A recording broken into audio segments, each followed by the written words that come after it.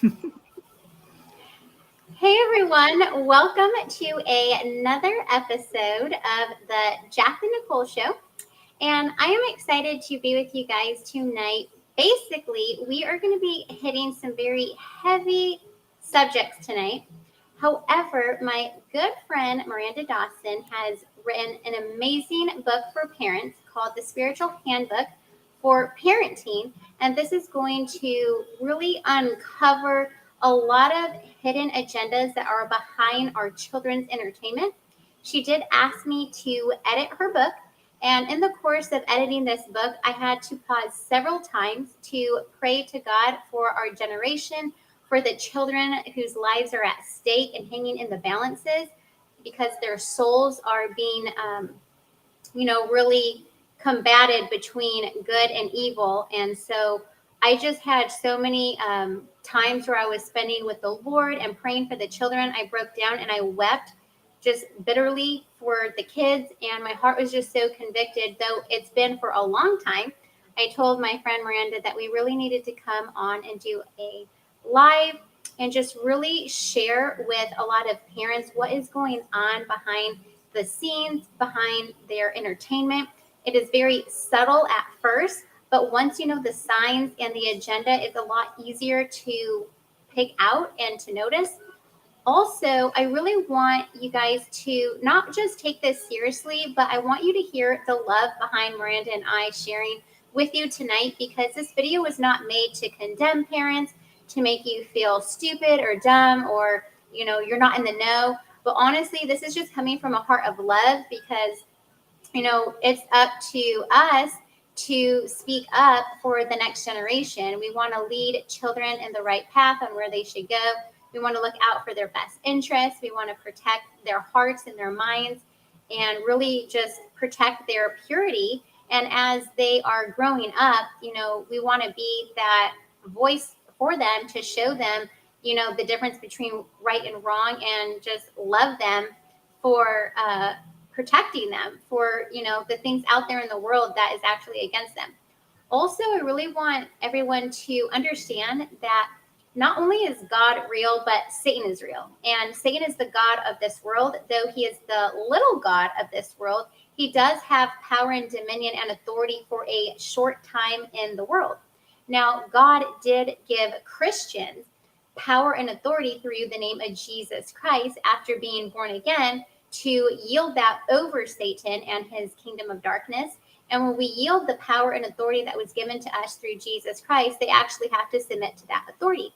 However, as Christ followers, it is up to us to yield that authority and not submit that authority back to the devil by putting the ball in his court and allowing him to do what he wants in our children's lives. Satan hates every person that is made in God's image. He hates you, he hates your children, and he has an agenda to destroy their lives. And this is not to put fear in your hearts. So Paul warns us in Ephesians 5:11 that I'm going to share with you have nothing to do with the worthless and fruitless deeds of darkness, which are evil, but rather expose them. So we're not here to put fear in your heart. This isn't to condemn you. However, we want to expose what Satan's agenda is so we can be aware of it. Also, one thing to note that God has put strong in my heart that I feel like can be a false doctrine in Christianity is a lot of people think that when you expose the kingdom of darkness, when you start talking about Satan and exposing the evil, that is called legalism. However, true legalism is actually stripping God of all his power. It's a form of godliness, but denying the power of God. In the book of Jude, it is called clouds without rain. So what that is actually doing is you are, denying the manifestations of God, trying to say healing is not for today or tongues is of the devil, and really taking the manifestation and the power of God out of a situation and now condensing this to man-made religion and a set of rules. That is true legalism. However, the Bible does speak greatly about the deceptions of Satan and how, as Christians, we need to be exposing him, bringing it to the light. Therefore, it loses its power and authority over us. So I hope that kind of just lays the foundation and the groundwork on what we will be discussing tonight. Also, just come, with a very humble heart to just ask that you would keep your mind and your hearts open. Please pray about the things that Miranda and I are going to be discussing so you know that you're not just taking our word for it. Though Miranda is going to show several examples so that way you guys can track with us tonight. And also, this video, though I welcome all people of all religions to join in and to watch what we are sharing, this is specifically for the Christian families. I do want non-believers or non-Christians to tune in also, but my heart is really convicting the Christian parents just because this is going to lay a groundwork in your children's lives, and just know that we are speaking in love. So thank you for allowing me to just share that introduction. And Miranda, I am so grateful that you agreed to come on the show with me tonight. Yes, thank you for having me. So please introduce yourself just in case we have new, comers to the show that don't know who you are. Yes. Well, my name is Miranda Dawson. I'm a mom of two boys, 6 and 2, almost 2. And I'm a wife of my husband, Dennison, and he is a police officer in Tempe, Arizona, in our community. And I work from home, and on my free time, I love to read and study the Bible and, study different topics and subjects that the Lord puts on my heart. And for the longest time, even when I was single, before I was married, I like psychology and, learning about the way women think, the way men think, and, how God designed us to be put together. The marriage and, the design of marriage and children, and how God is into generations and God is into, the family unit and carrying on, the books that were written about our life here on this earth and passing that mantle, passing down, what he's doing in each generation. And so it's so fascinating and so important, what he did in humanity and mankind, and the power that he's given us, the influence that he's given us. And if you and so tonight is, Satan gets things done through people, and God has to get things done through people. People, we are the vessel, we're the middleman, if you will, of empowering light or empowering darkness. So again, these things aren't to condemn anybody.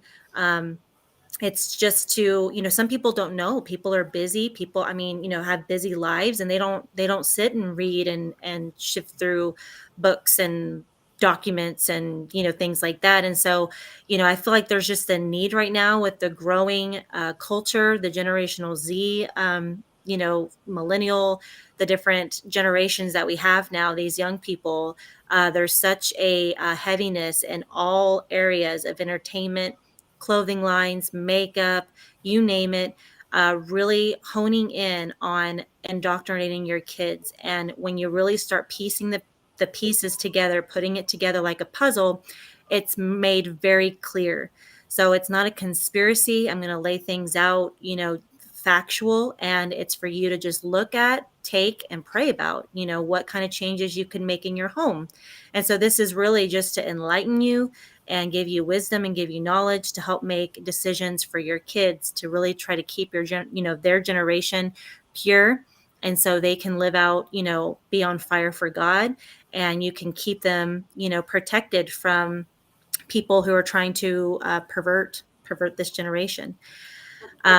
So there's a lot of different topics we can talk about. I feel like the best way to start is pointing out some symbols to you guys.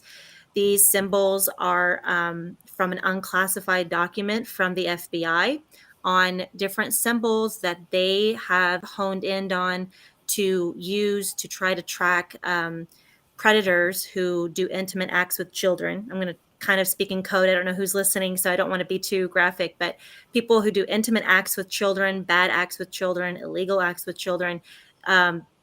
I don't know how they created this code, but there's some sort of code with symbols, that they use to communicate with one another. And the FBI honed in on what these are, or what they have so far, and to their knowledge.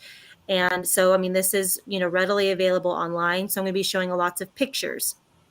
So I'm going to share my screen here. So Jaclyn, let me know if this If you can see my screen. I'll let you know once I get it. I'm going to pop it up right now. Okay, so we see your screen now. Great. So the first set of symbols that I wanted to show you, and I'll kind of zoom in on them. So again, symbols and logos used by sexual predators to identify their preferences on who they like to go after. So I want you to focus on this triangular symbol right here, which means boy lover, and then this circle one, which means little boy lover. Those two, they show different examples. Like right here, they're embedded into some coins. Here, they're embedded into some jewelry. Can everybody see that? Can you see that okay? Yeah, I can see that just perfect. Okay. So here is another document. Again, this is little girls. These heart ones right here in your upper left-hand corner. And then you have, child lover, so all these different, and they found these in toy stores. They found these in, media, blogs, webcasts, et cetera, on these little symbols. So again, these are unclassified document from the FBI.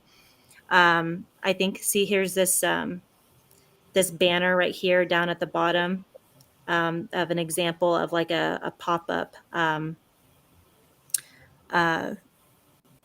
A pop-up from I guess a website that used to be, that is no longer. And so I just wanted to lay that foundation of these symbols. And so now these symbols, again, are how the FBI track these predators. Each symbol means something different. Unfortunately, once you become aware of these symbols, and if anybody wants these pictures, I'd be happy to send them to you. If you comment, happy to get with you offline and send them to you. But once you start seeing these everywhere in child entertainment. So I'm going to bring up a couple other photos here.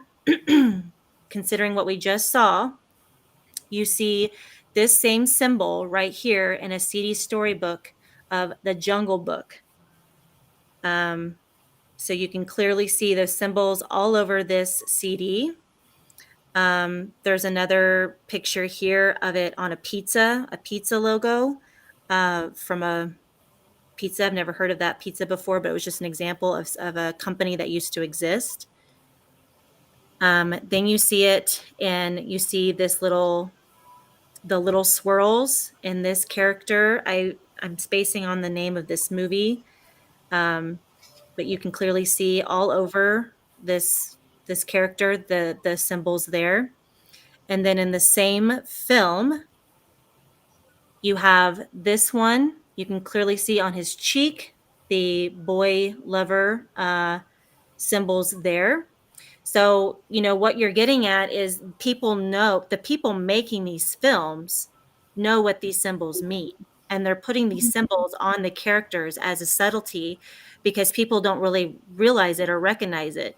And so it's kind of this sick, communication between the audience watching and the people who make these shows. They know little kids, little girls and little boys are seeing this show. So when you really kind of sit back and think about it, they know that you're watching it and they're subliminally putting this on there to your children, whether you know or don't know. So I'll continue here. This is Maui from Moana, which is a recent film in the last couple of years. You can see all up and down Maui's hook, the swirly symbols there. I didn't dissect anything else. I don't know if anything else is on there, but that's clearly seen there if you blow that up. And then let me, Blue's Clues. Unfortunately, look at that picture frame. All of the swirls there and that picture frame look exactly like what we just talked about. And, some people could say, that's kind of maybe not, well, the same symbols show up here in the curtain, whatever background this is. And these are screenshots I took of my own so I learned what these symbols mean. And this was actually a screenshot I took from my own TV. Right. Because I I start noticing these things, and I'm like Blue's Clues. I mean, it's very innocent. The way that they talk, I mean, it's all about learning, and I mean, there's really nothing wrong with the show except these hidden, perverted symbols. And so I didn't want to watch it anymore, because of that, even though it was a clean show in terms of, the content, it was a learning show. um, so these are the kind of things, these are just examples of, to get you started. So you can look at, logos, movies, TV shows, etc. Could there be some exceptions? Sure. For example, this little swirl kind of looks like a lollipop. So if a character's, carrying around a lollipop and it has that little swirl, does it really mean that? Does it not? I don't know. It could be a gray area. So I'm not saying that every single one, could be. However, probably more often than not, it does. Because even when you start to learn, who makes these movies, they've all gotten in trouble for things like this before. And it's just unfortunately sad to say that that's what's going on. So, of course, this is where prayer and discernment and guidance from the Holy Spirit comes in and giving direction in these areas. So, when on this trajectory, we have to go into a subject of the Disney company.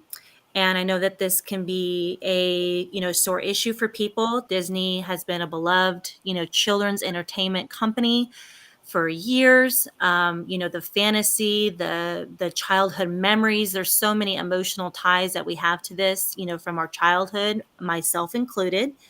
But this company is growing in its power. Disney owns a lot of different things now. They're not just in children entertainment. They own TV channels. They own all the Marvel movies. They own Star Wars. They own a lot.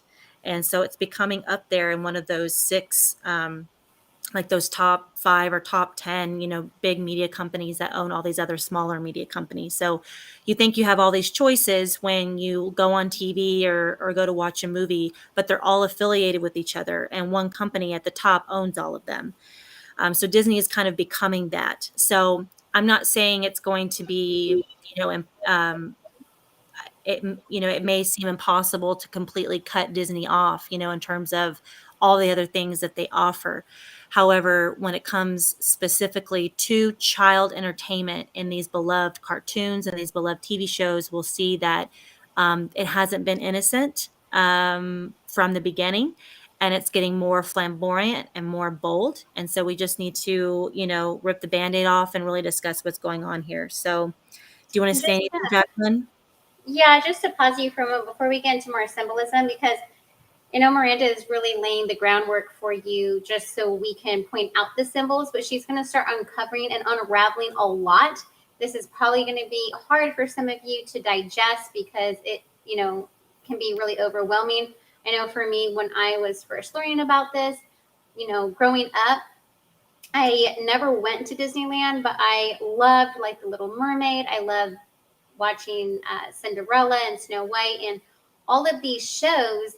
But then you start realizing that there's these subliminal messages, not only in the symbols that they're showing, but in a lot of the context of what is being kind of spoken to your children. And we're going to uncover a lot of that today. But really, what it is it's programming your child's mind to think in a certain way. There's an agenda that they want to start trickling in. And so when they can start, exposing these ideologies and these ways of thinking, then you can start to see how this affects the generation as they start to get older. Some of the things that, young teens start struggling with anxiety and depression, sexual confusion, gender confusion. A lot of this starts coming in from things that were introduced to them as a child. So one of the things that, I like to just express when it comes to watching these programs, is first of all, evil is real. It is not make believe. So a lot of times, Disney, for example, will hinge on fantasy. But the thing is when you're, talking about witches and warlocks and demons, is that this is not make believe. This is actually real. There are real witches in this world that are, casting spells on people, that are, doing things that are for people's, not for their good, for to hurt and harm people. There are demons that are on the planet. God's word talks about the demonic realm and how Jesus's ministry, he went about doing good, healing everyone who was sick and oppressed by the devil. So evil is not something that is cute. Evil is not something that we dress up. It's not something that we celebrate. We don't entertain death. We don't entertain evil. Jesus came down to die on a cross to free us from Satan's system, from the world's system. And Jesus died so we could have life and eternal life. So a lot of the things that we start rubbing elbows with and we start, thinking, oh, it's no big deal.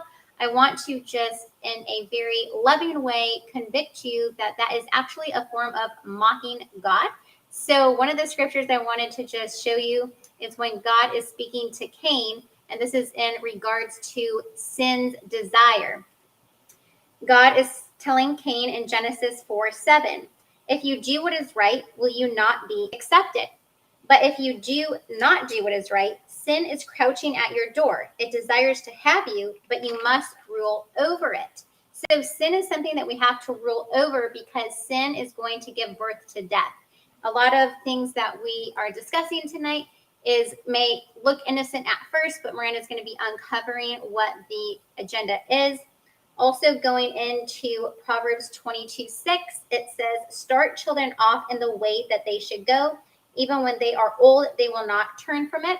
So there is more that I want to uncover with that. But Miranda, if you wanted to just start off with some of the Disney, you're going to show us symbols and then also some of the agenda that is being played out that I'm sure many of you may have not known. Yeah, absolutely. So to lay a little groundwork for these to make more sense and to have a more powerful impact, I feel it's relevant to remind you of a man named Jeffrey Epstein. He had been in the news a couple of years ago, in and out of the news, before he passed away. So you may think to yourself, what does he have to do with Disney or child entertainment? But if you follow me, you'll see where I'm going. So for those who are unaware, Jeffrey Epstein was a New York-based financier, high-profile ties to the world's ultra-wealthy and powerful all over the world, not just in America. He's been accused of harming and abusing many underage girls intimately over and over again throughout his life and career.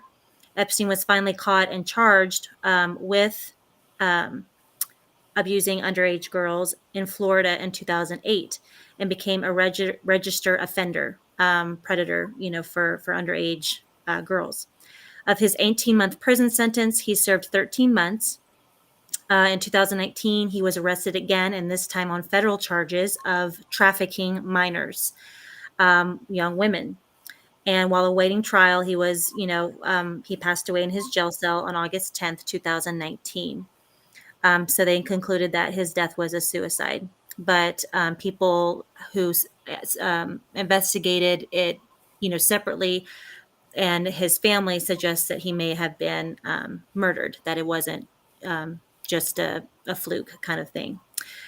So it is said most of these crimes happened in his private plane, his private island. So his private plane, I believe, was called the Lolita Express.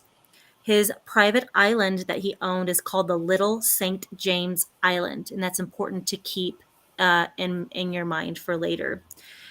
He had a girlfriend. I think it was Ghislaine Maxwell. I could be saying her name wrong, but she was a British socialite and ex-girlfriend of Epstein's. She was arrested by the FBI on July 2nd, 2020. She was also charged with 6 counts, including transportation of minors with the intent to engage in criminal intimate activity and perjury. It said that she enticed minor girls and got them to trust her, and then she delivered them into the trap that she and Epstein had set for them, according to an attorney in the District of New York. Several witnesses obviously came forward once she was caught in the case of Maxwell and said that one of her main roles was to recruit young women for Epstein and other high-class individuals that he was with. So she ended up being guilty as well for 6 different crimes that she was charged with. So recall Jeffrey Epstein's island. The island is located in the Virgin Islands and is called Little St. James Island. I want to bring to you this photo I of the don't know Disney that. Cruise Line. Disney cruises are super popular, and one of the magical, excursions that they offer is snorkeling with your child on the Little St. James Island. And so I thought that that was very interesting, that Disney, a predominantly child-based company, would choose to stop at Little St. James Island. Now Epstein owned the whole island, not just the portion, but the whole island was his. And they chose to stop at that island out of all the islands that they could choose from. And so I just think that that's kind of disturbing and very interesting to take note of. That connection there. Um, and recall this too, Epstein has been caught with these kind of things before. I mean, he's been in and out of the news for this kind of stuff forever. So we can't say like, oh, maybe this was done before his big arrest and his death in 2019. No, Jeffrey Epstein has been in and out of the news for the same crimes over and over again throughout his career. And this is something that the cruise line has decided to do. So, anyways, next, consider the once chairman of the Disney Corporation. His name was Richard W. Cook, and he is listed on the flight logs of the Jeffrey Epstein's famous jet, which we talked about earlier, which is said that all the acts, would happen. Some of the acts would happen. So this is kind of hard to see, but some pages of Epstein's flight logs were leaked, and this guy named Richard Cook has been promoted to chairman of the Walt Disney Studios. He has since resigned, but his initials are right here in yellow. And so I think that that's disturbing that this man was flying with Epstein all this time, and Walt Disney chose to make him chairman of the Walt Disney Studios production company. He has obviously since resigned from this position. And then going back to Epstein's former girlfriend, Maxwell, who was arrested for crimes against minors and women. She is pictured at several Disney charity events for raising, for children. You see Donald Duck, you see these beloved. This is Ghislaine Maxwell here on the far left hand side. These people receive awards. They're surrounded by all these children, all these families.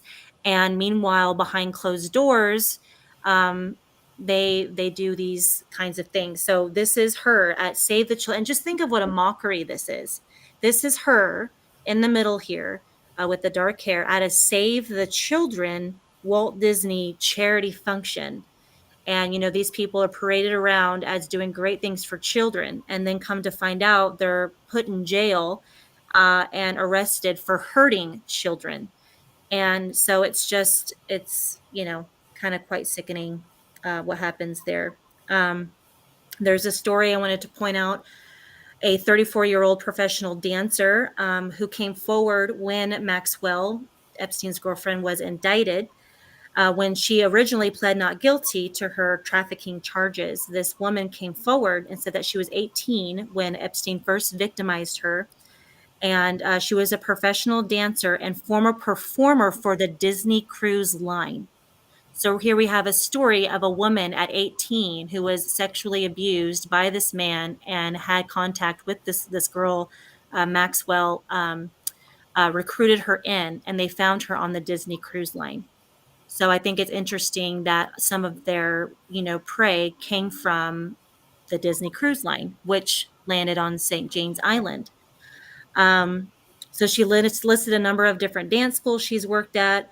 She's a professional dancer in New York and Hawaii, and so on and so forth. It's interesting to note that many Disney employees, just little guys, little employees, would go on to be convicted of abusing children intimately. At least 35 Disney employees in and around Florida have been arrested and accused of crimes involving children since 2006. CNN reports as a part of a 6-month investigation by the government. 32 cases have resulted in convictions. And again, that's just that's just one clip. You can find more, but this was a big roundup where they found 35 people. 32 they were convicted, and they were all Disney employees in the Florida area. Further, as senior executive at the family entertainment company, Disney has been charged with a 3 felony count of abuse in 2017. He was the director of music publishing at Disney. His name was John Healy, and he was arrested on 3 counts of criminal acts against children. He was 58, and he was accused of abusing 2 underage girls 10 years ago.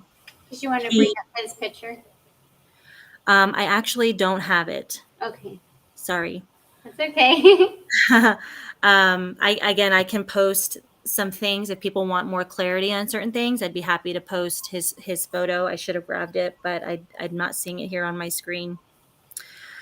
So that's just kind of a snippet of the Epstein connection to Disney and how serious this is, because Epstein was one of the biggest predators, on the planet because of his high influence and his connections. And Disney has been intertwined with him all throughout his career and all throughout his life. And so I felt like, and that was him and his girlfriend, and I felt that that was important to bring up to you. So now I want to turn your attention to, you know, okay, what about the people who make the films? Well, let's pull out The Lion King. This is one of my favorite movies when I was a child. Um, this is the scene where Simba is grown up. He's upset. He just kind of collapses on a cliff out of exhaustion, and the dust comes up from the cliff, and it spells SEX. So they spelt it out clearly for you here in the lower left-hand corner. Um, but you can kind of see the progression in these video clips of, you can see the S, right here, and then the E, and then the X, and you can clearly, see that. And again, very subtle, but why? Why would you have the dust, make that word out of all words that you could have that make? So in the remake of The Lion King, they made this cover, and the um, the face of the lion here, very subtle, but if you drew it out, is actually the behind of a woman. So again, just perverted, and unnecessary imagery, subtle imagery. You got to remember, you have a conscious, which is what you see like with your eyes, and then you have a subconscious, things that are subliminal. And there are several scientific studies that show your subconscious is picking up subliminal things that your mind does not see, but your subconscious sees it and stores it as information. And so I really believe that the people who are making films and making these kinds of things to kids, who, by the way, watch things over and over and over and over again, subliminally putting these things in their minds, and things that we don't even know. I'm not saying we're going to be perfect and we're able to catch, all of this, but it's just, again, some examples. We have a picture here from Hercules. He gets a bump. This character gets a bump on his head, and you can clearly see that the bump turns into male genitalia. Completely unnecessary. Um, so you have that. Then you have Who Framed Roger Rabbit. These screen caps are from a scene when Jessica gets thrown from a car after they hit a light post. She spirals out of the vehicle, and as she does, her dress flips up, and it can be seen that she is not wearing any underwear. So she's, completely exposed underneath with no underwear. Again, very subtle, but unnecessary. Then you have a scene from The Rescuers, approximately 38 minutes into the film, as Bianca and Bernard are flying through the city in a sardine can. The image of a topless woman can be seen in 2 different frames. Up here in this upper corner here, and there's a blown up photo right here, but there's an X that goes going over her her chest area, so you can't see it. So again, very subliminal sexualization there. You have the cover of The Little Mermaid. If you go if you go into just the cover of the film, one of the towers in this golden castle is clearly a picture of man genitalia, and here is a up close version there. Then you have Mickey Mouse and Minnie, everybody's beloved favorite. We buy the ears, we buy this, we buy that, but he is holding Minnie, and Minnie's body seems to be in the form again of man genitalia, clearly right there, as you can see. So, of course, Disney had excuses for every single one of these, and we can buy the excuses. It was, a mess up. We didn't mean to. It was a issue with the, media department, picturing department. But, when do we get past all the excuses and say, how many coincidences are there going to be? Because you could do this in every single film. Again, these are just a couple of, examples here. So, now do you want to pause here for a second, Jaclyn? No, that's fine. You can just keep going. Okay. So, to kind of top this all off, now you have Disney executives who are over Disney openly. I mean, these things they made excuses for, like, oh, we didn't mean to. Now the script has flipped, switched.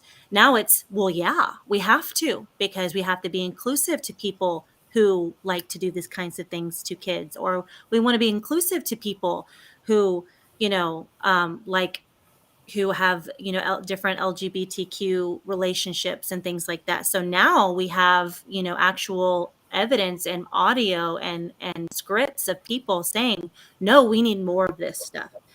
So I'm going to bring up some more comments. These are just excerpts of comments from Disney. Let me get so keep in mind that these comments were made. These were comments made from a video that was released, and this was a dialogue response to a parental rights bill that the Florida governor at the time, Ron DeSantis, had signed, and it made Disney very upset.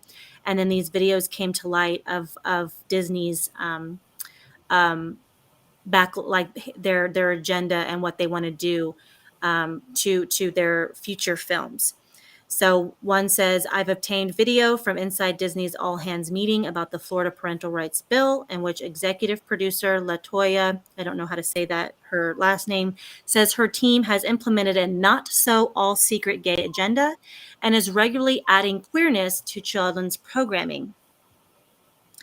Comments go on to say Disney's diversity inclusion manager, Vivian War, says that the company has eliminated all mentions of ladies and gentlemen, boys and girls in its theme parks, Disney theme parks, in order to create a magical moment for children who don't identify with traditional gender roles.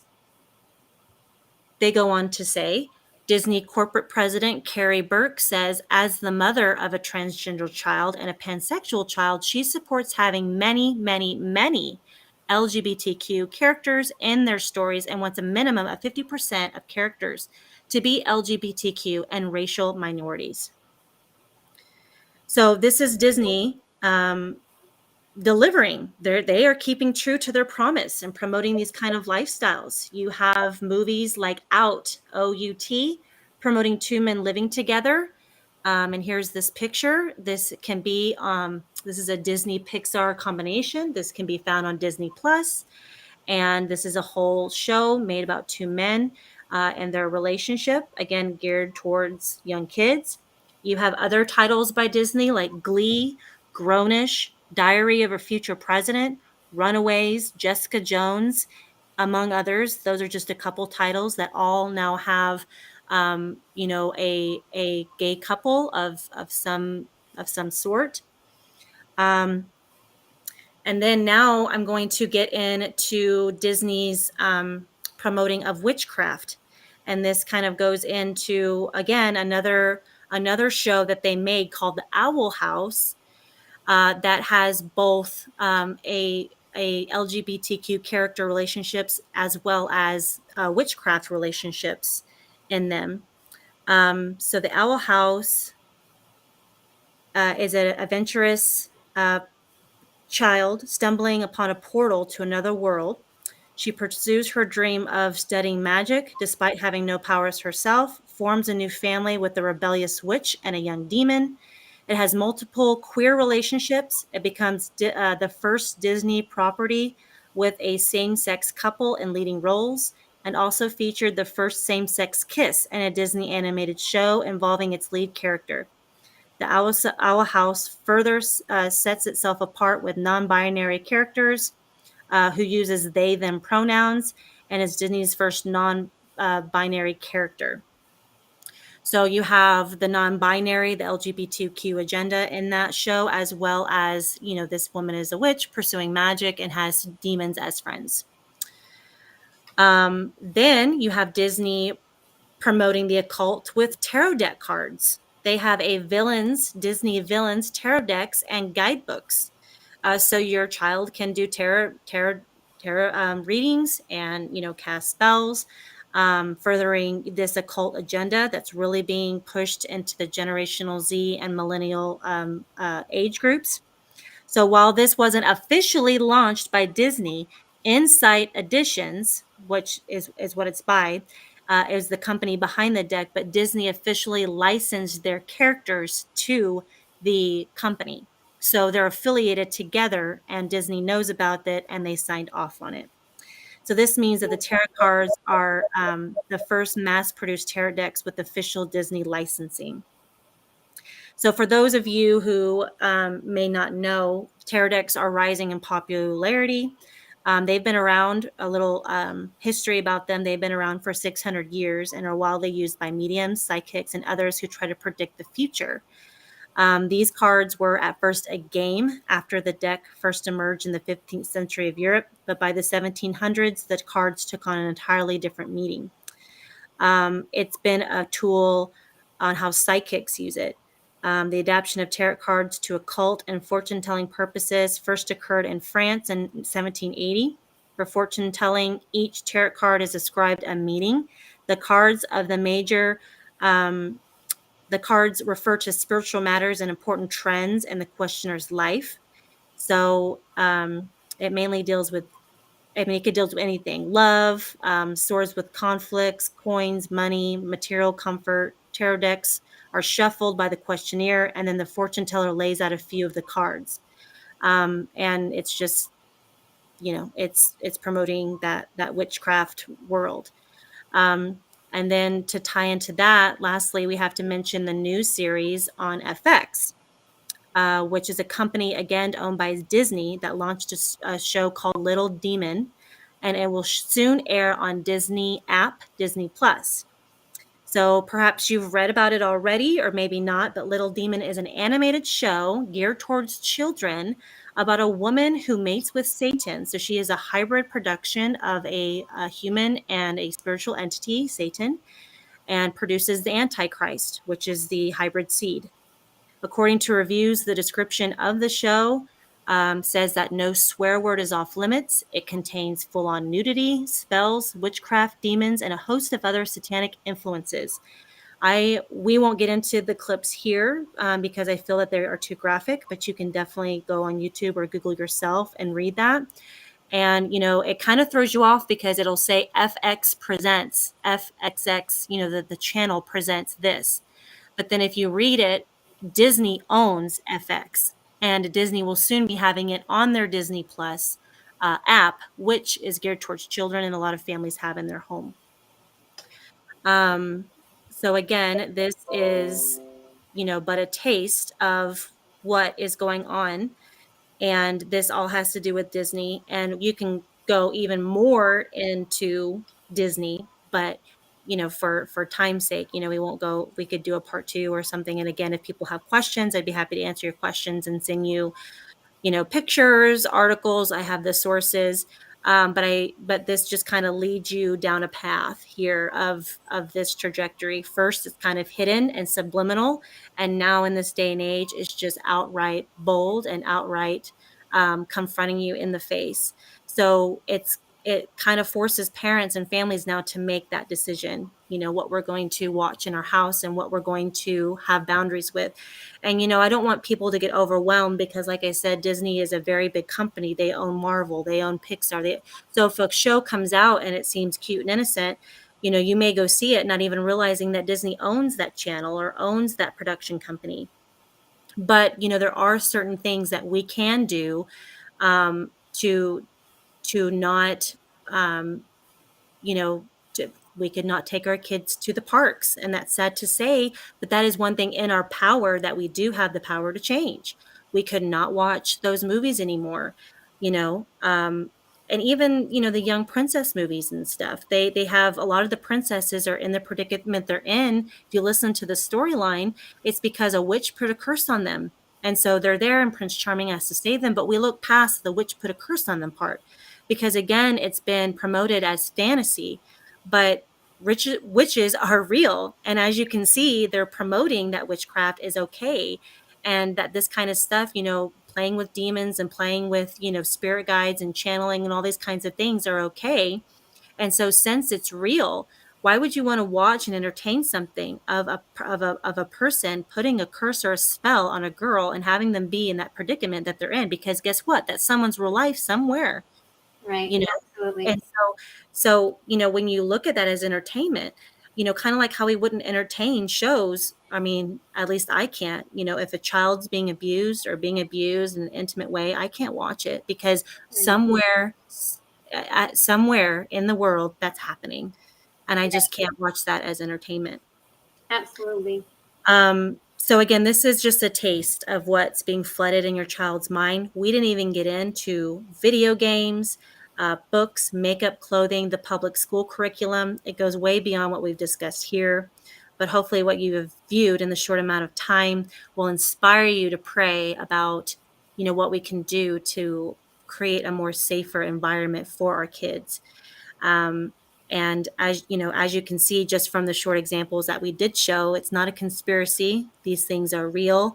And it's just a short example of, what's going on. So I just hope that this inspires people because it's a war. Right. You're either empowering light or you're empowering darkness. There is no neutral ground. A lot of people think that there's neutral ground. I'm a white witch, or I'm doing what I'm doing in light and love, or we're worshiping the same God. I'm just doing it differently than you. Mhm. But no, the Bible is very clear that, Ephesians 5:11 says that, have nothing to do with darkness, but instead expose it.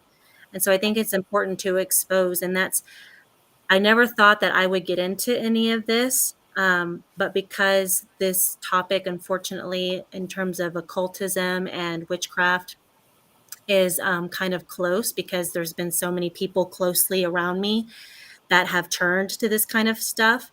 It forced me to dig and find out where it's all coming from and what the root of it. And of course, the Bible has an answer to all the questions, and I found all the answers to my questions in the Bible. And I still have questions, but I know the root of it.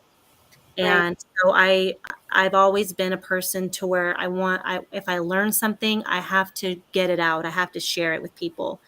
And whether it was my parents at the time or, just myself talking to myself or, with a close friend or whoever would listen, I had to tell someone. And so this is me being flooded with this information. And, I've been fortunate enough to have Jaclyn as a friend who's open to talking about these kinds of things. And I'm really, really privileged and humbled and honored to be able to share this with parents. And I'm not perfect, I mean, there's been several times my kid has been watching something and I sat down and I had no idea, you know, and I turn it off and I explain to him why we aren't doing that. And, like you said, you first start to feel like, oh, I'm being legalistic, can't do this, can't do that. But then what's the alternative? Do we just kind of dabble in demonic activity just a little bit because we don't want to be, we a little demon is okay, because we don't want to be overly legalistic or we don't want to be overly strict with our kids. We don't want to push them off. We don't want to push them off. We don't want them to rebel. So, we'll just entertain a little demon, just in case, just so we don't want to lose our kids. Well, what if it's not the boundary? What if the boundaries aren't the problem? It's the spiritual war behind it. What if you take authority over generational curses? What if you take authority over the spirits and the things trying to influence your child? And then the boundaries, okay. I mean, boundaries is part of life. And unfortunately, boundaries get even tighter as you get older, all the rules and all the laws and things that you have to follow. So you're always going to have boundaries. And so setting these boundaries, I've had a different outlook on it. I think it's very important. And instead of worrying about pushing your child away, we need to start praying about the things that are trying to influence them to be rebellious. Come against rebellious spirits, come against lawlessness, come against this stuff that's trying to get your kid to rebel against you and God. Because that's what's going on. It's not your judgments, it's not your wisdom, and it's not your boundaries. It's the spiritual war behind it. Right. And so that's what I want to bring to you and communicate to you today. Right. And just kind of getting into what you're talking about with taking authority in the what the spirit realm is talking about. So love in its purest form is actually discipline. Mm-hmm. So God is talking in Hebrews 12:6. It says that because the Lord disciplines the one he loves and he chastens everyone he accepts as his son or his daughter. So think of a child that is raised in a home that has absolutely zero discipline, and the parent is allowing that child to eat whatever it wants, to do whatever it wants. These are the types of environments and homes that you can see children start struggling with mental disorders. It starts, they can get in trouble with the law. This is when they're not being governed at home, and healthy boundaries is going to protect a child at an adolescent stage in their life of knowing between what is right and wrong. So as a parent, you're there to guide them, to show them what the difference between right and wrong is, because a child doesn't know any better and they're not going to pick the best option for themselves. So if Yeah. your child comes to you and says, Mom, I want to have ice cream for dinner, and every single day you keep giving into that child, giving them ice cream or candy or cookies, time is going to tell that your child will start showing signs of malnutrition, start showing signs of diabetes and sickness and disease. And you're actually, by being, your child's friend, you're actually being their worst enemy, because you're giving into what they may want, even though what they want isn't what's best for them. So when Mm-hmm. you're disciplining your child, you're not being mean to them. You're not, trying to be a Debbie Downer or a stick in the mud or a wet blanket, whatever they want to call it. You're actually saying, hey, I love you so much, and I know what's best for you. And so I'm helping you at this stage in your life make, a wiser choice, because your future self is going to thank me. So there Yeah. were times when I was young that my parents, were like, oh, you can't do that. And, that child may be thinking like, oh, you're so mean.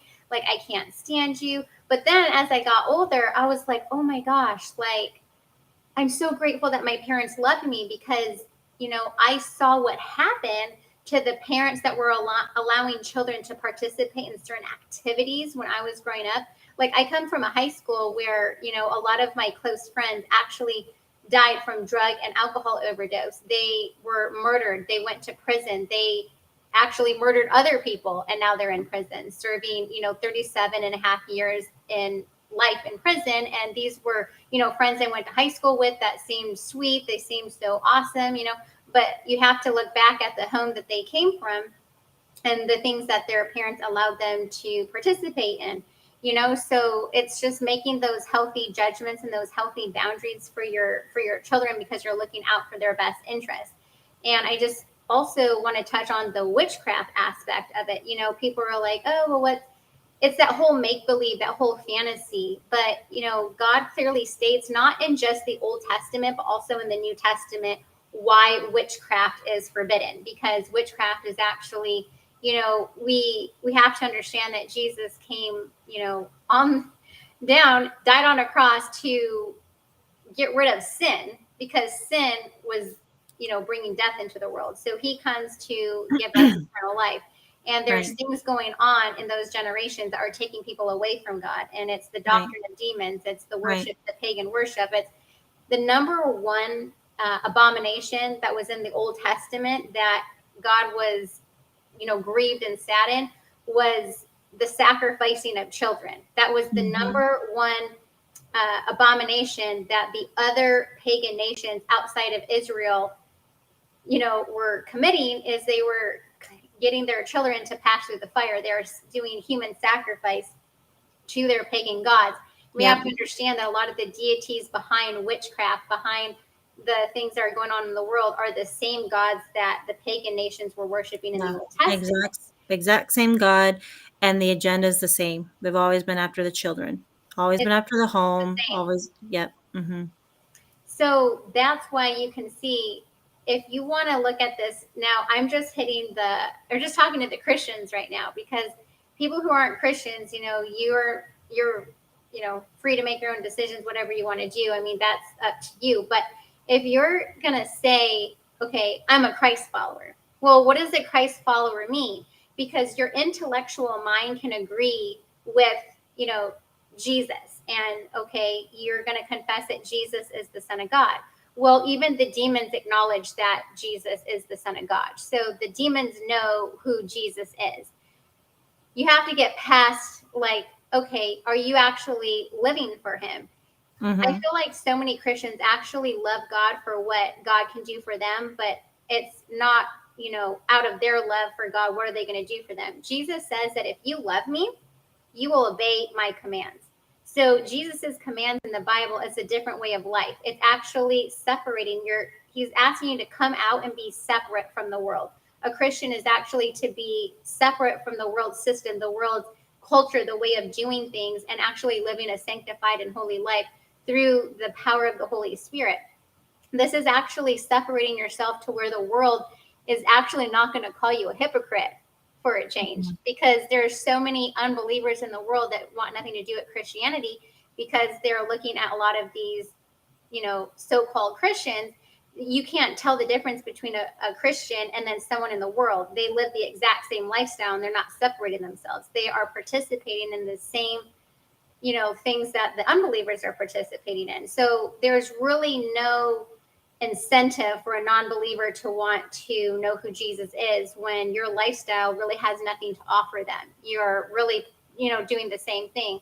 So when Jesus says, if you love me, you'll obey me. Well, why do you think in the Old Testament, the Israelites that were wandering around the desert for 40 years, none of them got to go into the promised land? And it was because they kept rebelling against the Lord. They wanted so bad to be like the other pagan nations that the sin that they brought upon themselves, God couldn't bring them into the promised land, because they were worshiping golden calves. Like, they were literally taking their jewelry, melting it, and then worshiping something that they made with their hands, and, sacrificing children to a man-made image, a man-made idol that can't hear, can't taste, can't smell, can't talk to them.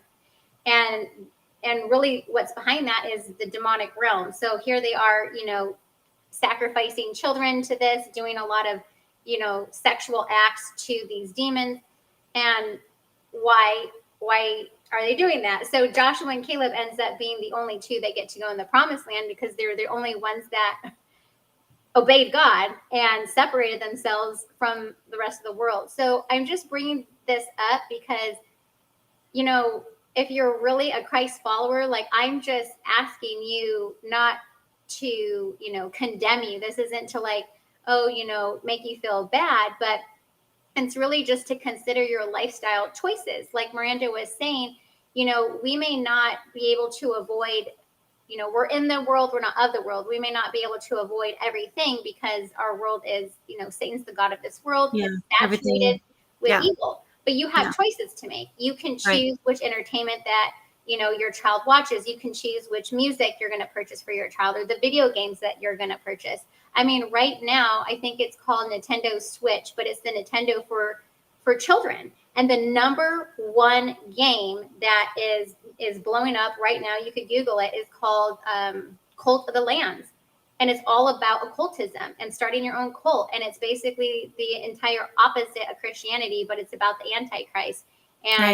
And it's all about, murder and death. And you have all of this indoctrination into children. So as parents, we have, a choice. Like, am I going to take my hard-earned money and am I going to sow it into the seed of, taking my children to the Disney parks, or, letting them watch these movies? Am I going to give money into the hands of these sexual predators that want Right. to corrupt my child's mind? Right. You're actually Especially if like employees, at the thing, are getting busted for this stuff. It's like the clerk or whoever is helping you could, you know, be a predator. And that's just so sad.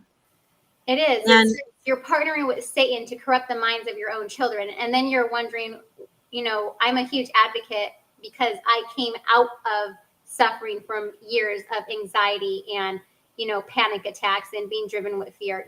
You're programming your child's mind that is resulting in, panic attacks, fear, installing in children's minds, do you want to be a boy or a girl? They're just a child.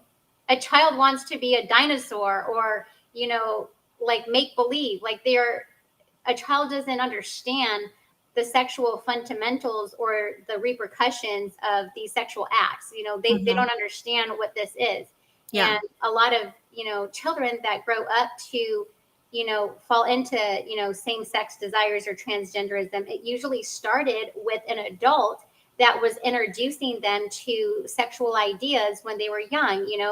A family member molested them or raped them or forced them into some sexual act, making them think, that they're being punished, or this is okay. And then it starts to thwart their judgment and their thinking. So, Mhm, they grow up being mentally tormented. And right. so it's like a lot of times, even when you want to get into like deliverance, like when people go through deliverance because of, demonic activity in their lives, these open doors usually started as children. People have nightmares from movies that they're watching or books that they're reading. Painting these images in their mind, and then later on in their life they are struggling with, things that they have to go see a counselor for to get therapy and to get healing, that could have been prevented, you know if and when the parents, may have been aware of these things, or just making, better choices for your children. Yeah. And maybe, we could pray about as parents, and I'm not, you have to pray about what age, but, maybe we should start talking more about the spirit realm with our young kids. And again, age appropriate, you could pray about what to share and not to share. But since all of the games and the movies and the music and everything is gearing towards occultism and the fascination of the spirit realm, the fascination of spiritualism and all these kinds of things, then, maybe that is what we need to do and say, yeah, the spirit realm is real. The spirit realm wouldn't even exist if it weren't for God. This is how it was made. You and I are first as spirit. We do desire spiritual things. And so we need to live spiritual lives. And here's how we can grow in the spirit. And here's how we can communicate with the master of the spirit realm.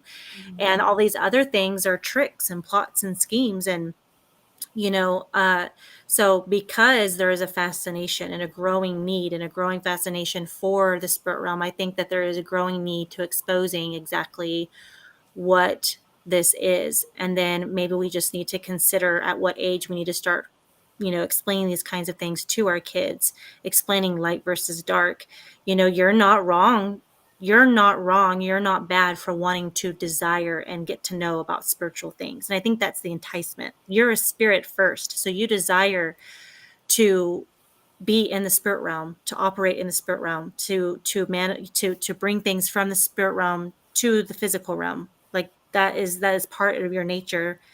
Um, but we need to bring that from a biblical perspective to the child, and explain it God's way versus letting ignoring that part, that realm or that subject, and allowing the enticement of, the universe and source and light workers and all these kinds of things, that entice people into the spirit realm from a demonic standpoint. you know so again, you obviously have to pray about it and discuss, what age your child is. But there's this growing fascination for this, and the darkness knows it, and they're delivering. Mhm. So as we as Christians, how are we going to deliver? How are we going to get on the offense of this? And so we all need to pray about, what's best for our family and how to have these conversations with our kids and our family too. Right. Wow. Well, I am just so thankful for you, Miranda, that you went through. I love the picture examples because I feel like it's more than just like he said, she said, but it's really Yeah. presenting. And there, you guys, there are endless amount of photos. I mean, when I was editing Miranda's book, there are so much Yeah. more. That's just the Like point. Miranda really just skimmed. I felt like this was like introductory 101 to like, the hidden lies behind child entertainment or just entertainment in general. It gets so much darker than what we showed, but just, really for our audience, we just wanted to kind of give you a small taste. When her book does come out, I mean, the imagery and the pictures are so much more graphic. There are some things that were put in children's shows where the graphics were so bad. We just didn't feel like it would be appropriate in case small children were watching this video, but she does go into a lot deeper content into her books. So we are. Because the creators of these shows are occultists. And so, to understand what they're trying to feed your child, you don't want to dive in. You want to kind of understand their philosophy. Like, so I've, just read some of their books and read some of their things and, their imagery and their symbols and what, occultism is. And the one of the mom, the actress who plays the mom in the Disney Little Demon show, in the interview, she was asked, "What do you like most about the show?" And she just boldly said, "I love that we're normalizing paganism and normalizing the occult." Right. So, and what Jaclyn's talking about is I go into what does that mean and where does that come from, and so it's definitely deeper. This was just like straightforward what's in your kids' shows, and what to watch out for. Right, absolutely. So Mhm. our heart, is just to encourage you, just spark a conversation with your children. Definitely pray, with your spouse, pray to the Lord, and just really, seek how you want to make like healthy boundaries in your children's entertainment. I don't want this to be like, oh, we're just going to do it because of what they said, but this is really just uncovering a lot of the things that are behind entertainment. Like I said, we just skimmed the top. We do want in the future to get into a part two, maybe discuss some of the more hidden roots, the origins of a lot of these philosophies, what these people believe, their overall agenda and what they want to do. But also, I'm going to encourage you. There is another video. This is going to get more into like teenage, what is happening with your teenagers, with college age students. There's a great video, and I'll share that in the links of the comments from Isaiah Saldivar. Him and Jenny Weaver uncover a lot of agendas that are behind the teenagers and what they're doing on social media with TikTok, a lot of the things that they're into, and just Mhm. things that as parents I feel like it's great to be aware. If you have older kids in the home and maybe they're not young children, they're like past the Disney phase and they are into other stuff. It's just great being aware of this because then it teaches you how to parent your child and really be there for them and just creating a safe place for them to be able to have someone to talk to about these topics. So Amen. we'll be sharing these links. We just appreciate you guys for tracking with us during Yes. the entire episode, and I will be coming on next Wednesday with another guest. So thank you for tuning in, and we Thank pray you that you guys. have a blessed night. Thank you, Miranda. Thank you, Jaclyn. Love you. Love you. Bye. Bye.